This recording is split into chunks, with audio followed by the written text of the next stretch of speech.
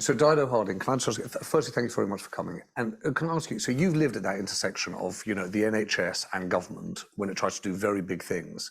I imagine if you go in to the health secretary and say, I've got an idea, we've got a massive problem, we're going to need to institutionalise some form of therapeutic care for every single working person in the NHS, they're going to laugh you out the room, just on cost. I mean, Firstly, can I apologise for being late? No, I didn't hear either Adam or Claire's comments. I suspect I will have agreed with 100% of what both of them said. But so I have been in that place. Actually, I did exactly that in writing and drafting the first NHS People Plan, 4 years ago. The really depressing thing is I was following a path that many other people had already trodden on. So it's not, sadly, it's not new news to recommend this. I am but one of many who've made the same point. Now, unlike most people in this room, I only joined the sort of healthcare family 5 years ago, and I couldn't get over how and I come from a retailing background, really. So people management is something that we share in common. And I couldn't believe when I joined the NHS how little time people devoted to the business of managing people, both the processes, as I think Henrietta might have alluded to, but also the humanity. And really good people organisations spend most of their time worrying about their people, whether they've got the right people doing the right jobs, whether they're motivated, whether they're supported. And it still just flabbergasts me that it's ignored. So yes, I think, and sadly, I don't think we were all laughed out of the room. We're sort of faintly tolerated as being slightly weird people who care about the human beings in the system. But actually, until we start caring about the human beings properly, both the hard metrics and the soft metrics, things aren't going to change. Can I just say, I think it's important. I had a meeting with Boris Johnson and Matt Hancock during the pandemic. They knew exactly what the issues were.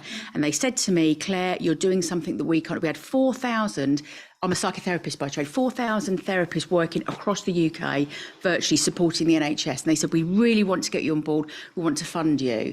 It hit a brick wall and the NHS killed it. We're still working, and it's the same with doctors in distress. The help is there.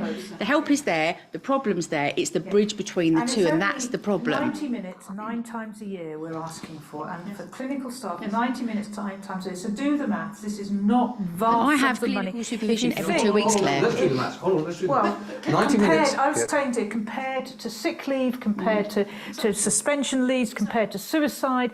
Is it though? Oh, it's tiny. I honestly, the challenge is we're penny wise and pound foolish in the way we think about our people, and other. Is it really? Other jobs, if you put other careers, we don't think like this. This is how the military thought 100 years ago. It's not how the military think now, and so I honestly think let's be hard-hearted. The business case is excellent for investing in people. It would save money in the long run, wouldn't it? And the very best NHS leaders already do this. That's the other thing, is you can find pockets where we do support people.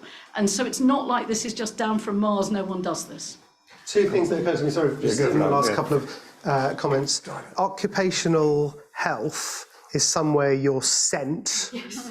It's not somewhere where where healthcare professionals decide to go because they're struggling. You're sent there because you've had a needle stick injury. And the other thing is, doctors end up being managers with no training whatsoever. You're incrementally promoted from houseman, SHO, registrar, senior, and suddenly you're a consultant, and you're in charge of a whole bunch of people, vulnerable people, working in impossibly difficult conditions, and no one has actually taught you how to be a people manager, and then we're surprised when they're not very good at doing it. We need to invest in that as well. Thanks for watching that clip. If you'd like to see the full interview, just click here. Don't forget to subscribe, and if you'd like to join us live in the newsroom, head to tortoisemedia.com/book.